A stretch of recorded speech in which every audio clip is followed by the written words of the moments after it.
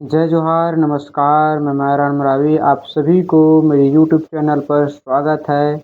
और मेरे जितने भी दर्शक हैं उन सभी को मेरे यूट्यूब चैनल पर स्वागत है। और जो नए हैं उनसे मैं यही कहना चाहूँगा कि सब्सक्राइब शेयर ज़रूर करें मेरे चैनल को। और जो पुराने दोस्त हैं उनसे भी मैं यही कहना चाहूँगा कि लाइक ज़रूर करें, कमेंट करें, ताकि मुझे भी एक अच्छा मोटिवेशन मिले, है ना। और एक बहुत ही बेहतरीन कहानी है ये। मैं तो किसी न किसी मुद्दे या किसी एक आधारित पर इससे आप लोगों को कहानियाँ सुनाता हूँ। और चलो, एक कहानी है, बहुत बेहतरीन कहानी है, जो अभी के समय की हालत है ना? वो स्थिति इस कहानी के माध्यम से बयाँ करना चाहता हूँ, आप समझिएगा, है ना? तो दोस्तों चलो स्टार्ट करते हैं कहानी को। अ, एक नगर था और पुराने ज़माने में, और वहाँ राजा हुआ करते थे। उसमें उन राजाओं में 3-4 भाई था पहला, है ना? 3-4 भाई था एक राजा का। और उस राजा के मृत्यु होने के बाद वो तीनों 4 भाई भाई आपस में लड़ने झगड़ने लगे। वो सोचता था कि कोई मैं चलाऊँगा इस राज्य को, कोई कहता है कि मैं चलाऊँगा राज्य को। ऐसा बोल के मतलब चारों भाई आपस में लड़ते थे। तो उस नगरवासी और जो चारों राजाओं राजा के बेटाओं को बैठाकर समझौता हुआ उसमें कि कैसे किया जाए इसके लिए। तो एक अ, जो राजा का बेटा था, वो थोड़ा फूड था, बदमाश था। वो वो पहले सभी का राय मशवरा सुना, उसके बाद बोलते हैं कि चुनाव होना चाहिए, चुनाव होना चाहिए और चुनाव ही होना चाहिए, ऐसा बोल के मतलब उनके बात रखते हैं और उन सभी लोग स्वीकार करते हैं। चलो ठीक है, चुनाव हो जाए। और बाकी 2-3 राजा थे, राजा के बेटा थे, वो लोग बहुत सीधे थे। तो उसमें से 2 राजा मतलब बहुत अच्छे थे और 2 राजा खराब थे थोड़ा, है ना? 2 राजा के बेटे। तो अ, जो राजा के बेटे चारों थे, 2 अच्छे थे, 2 खराब थे। तो वो दोनों चाहते थे कि चुनाव हो। तो दोनों यही चाहते थे कि चुनाव हो, क्योंकि वो चाहते थे कि चुनाव होंगे तो हम ही लोग जीतेंगे। ऐसा वो पहले से एक व्यवस्था बना लिए थे। और उसने फिर अपना जो व्यवस्था था, उसमें वो कामयाब हो गए, दोनों में से एक हो गए। वो जानते थे कि दोनों में से हम एक जीतेंगे और दोनों हम शासन चलाएँगे प्रजा के ऊपर। ऐसे बोलकर वो दोनों में से एक राजा जीतते थे हर हमेशा। और वो मंत्री, जैसे मंत्री हैं ना, मंत्री और उसके नीचे लेवल से और चपरासी रहते उसके नीचे लेवल से, और ऐसा लेखा जोखा कर करके बहुत से ऐसे पोस्ट उस राजा के पास रहते थे, है ना?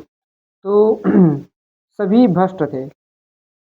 जनता तक मतलब 10 किलो चावल का अ, घुसरा होता था, उसमें से 5% जो जो राशन पानी है वो पहुँच पाता था।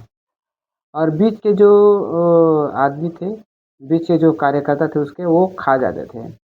और जो कार्यकर्ता थे वो बहुत खुश थे, और वो जो राजा थे वो भी खुश थे कि भाई हमें तो हर हर मतलब हर 2-3 साल में हमें राजा बनना होता है। तो इन लोगों को खिला-पिला कर रखा जाए, ऐसा मतलब उसका एक अ, कहा जाए एक योजना बन गया था, और योजना के तहत वो काम करता था। और वो जितने भी उसके जो अ, मंत्री से लेकर नीचे लेवल तक कार्यकर्ता थे, वो सभी खुश थे, क्योंकि उन लोगों को उससे ज़्यादा पैसा मिलता था। पैसा है, जो धन है वो मिलता था। तो बहुत खुश थे, और जितने भी जनता थे, बहुत जनता खुश थे, बहुत जनता नाराज़ थे। ज़्यादातर जनता नाराज़ थे, क्योंकि उसे जो मिलना चाहिए था वो मिल नहीं पाता था। जैसे समझो राशन फुल भरपूर मात्रा में मिलना चाहिए वो कम मिलता था। और जैसे पानी की सुविधा है ना, और बहुत सी ऐसी सुविधा में कमी आता था। जनता लोग सोचते थे कि ये जीते, लेकिन उसके जो जितने भी कार्यकर्ता रहते हैं वो धांधली वहाँ से करते हैं वो लोग। और कर करो जो दो राजा हैं उसमें दोनों ही जीते थे। दो खराब राजा थे, मतलब राजा के बेटे थे, वो दोनों ही जीते थे। और दो राजा जीते नहीं थे क्योंकि वो सरल स्वभाव के और सीधे स्वभाव के हैं। वो चाहते थे कि मैं कम खर्चा करूं और लोगों को प्रति मैं ज़्यादा काम करूं। ऐसा उसका मंशा था उन दोनों का। तो अ, वो जो राजा थे, है ना, वो जो खराब राजा थे, वो पूरा मतलब एक योजना बना चुके थे। बनाने के बाद वो अपना षड्यंत्र पूर्वक वो कामयाब होते ही रहते थे। और इस तरह से लोगों को लोगों से बातें आते थे। जो जो युवा रहते हैं उनसे बातें आते थे, जो बुजुर्ग रहते हैं उनसे बातें आते थे कि भाई ये हम तो वोट इसको करते हैं लेकिन ये जीत कैसे जाते हैं। ऐसा मतलब वो लोग विचार करते थे, हम इसको कहते हैं इसको कैसे जीत जाते हैं। और कई जब बुजुर्गों के पास जाते थे तो उन लोगों को समझाने की प्रयास करते थे, क्योंकि कई बुजुर्ग जो जो खराब राजा थे उसके पक्ष में बातें करते थे, क्योंकि उनको पैसे खाने के लिए पैसे मिलते ज़्यादा मिलते थे, है ना, धन चावल दाल दूध भी ज़्यादा मिलते थे।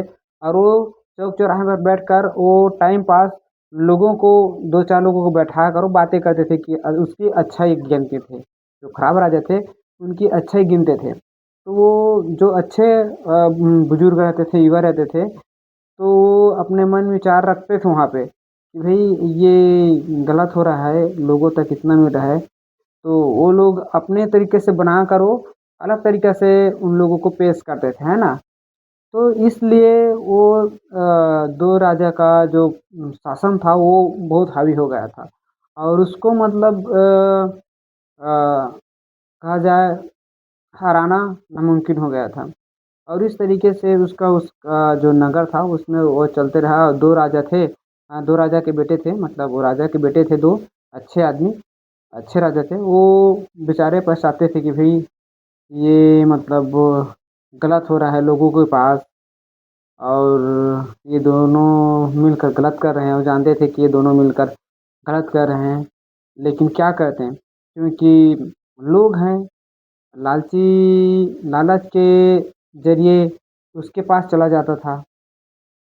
और चाहते थे वो राजा कि इन लोग गरीब रहे, इन लोगों के पास बहुत जो ज़्यादा धन आता था वो कम धन आए, ऐसा उसका योजना था। किसी न किसी योजना के जरिए उन लोगों को कंट्रोल करता था। तो बहुत दुखी थे वो दो राजा, दो दो जो अच्छे राजा के बेटे थे वो बहुत नाराज थे उन लोगों से। और वो हर हमेशा शासन करता रहा। ऐसा करते करते कुछ समय के बाद ऐसा आया कि उस राज्य का पूरा मतलब जो कहा जाए अ, मृत्यु दर की संख्या बढ़ते गई। क्यों बढ़ते गए? क्योंकि उसको खाना कम मिलने लगा, मेहनत ज़्यादा करना पड़ा, और जो है महामारी के प्रकार के आने लगे। तो इसमें उसका जनसंख्या घटते गया, घटते गया, घटते गया। और बाद में लास्ट में जब अ, वो राजा हमेशा बनते गए तो लास्ट में उसका पास बहुत कम आदमी बचा, बहुत कम आदमी बचा, और उसके पास सॉल्यूशन ही नहीं बचा। क्योंकि जितने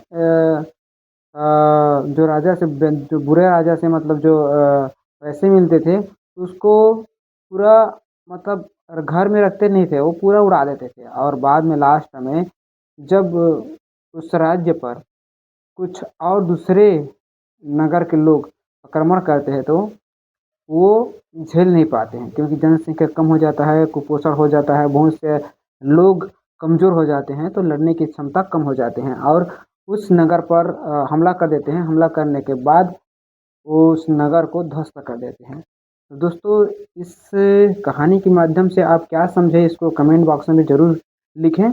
और एक बहुत बड़ी कहानी, बहुत बढ़िया कहानी है जिसको आपके पास रख रहा हूँ, आपको समझना है ना, कि हमें किस तरीके से जागरूक होना है। और मैं आपसे यही कहना चाहूँगा, आप लोगों को समझना पड़ेगा कि ये कहानी है ना, तो अभी से विदा लेना चाहूँगा। जय जोहार, नमस्कार। और मेरे जितने भी यूट्यूब दर्शक जुड़े हैं उन सभी से आग्रह है कि लाइक, शेयर, सब्सक्राइब ज़रूर करें ताकि मेरा जो आने वाली वीडियो हो उसका नोटिफिकेशन आपको मिलता रहे। धन्यवाद, जोहार, नमस्कार।